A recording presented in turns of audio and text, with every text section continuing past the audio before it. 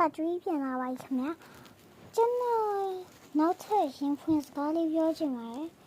ကျွန်တော်ဒီဗီဒီယိုဘယ်နေ့စတင်ခဲ့လဲဆိုရင်မေလ1 ရက်နေ့2026မှာစတင်ခဲ့ပါတယ်ကျွန်တော်ရဲ့မွေးဖွားရဲ့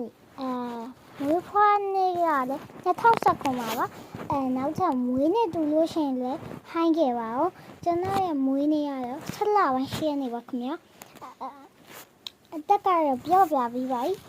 အပန်းကတော့တုံးတက်မှာခင်ဗျကျွန်တော်ရဲ့မိဘတွေကလည်းကျွန်တော်အရန်လို့လိုက်ပါတယ်ဒါနဲ့ကျွန်တော်နောက်ရက်ကြာရင်ကျွန်တော်အရှင်တော့မှ blind ပေါက်ဖထားတဲ့ဗီဒီယိုလေးကိုကျွန်တော် YouTube ပေါ်မှာတင်ပေးပါမယ်နော်အခုချက်ချင်းပဲကျွန်တော်ဒီဗီဒီယိုပြီးတာနဲ့ကျွန်တော်တန်းတင်ပေးလိုက်ပါမယ်ကျွန်တော်ကအရှင်တော့စပင်းကို18 လက်မှထိအရှိထားခဲ့ပါ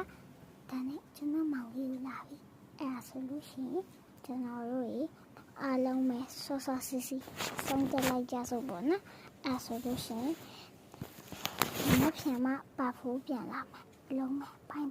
အောက်မှာလာနေပြီပြောင်းဆိုရင်တကားဖွင့်တန်နေကြားနေရကျွန်တော်မောင်လေးကအိတ်လာပါနော်ကျွန်တော်အိမ်မှာမုံဝယ်ပြီးတော့နေကြပါအားလုံးပဲခုနိုင်ပါမယ်နော်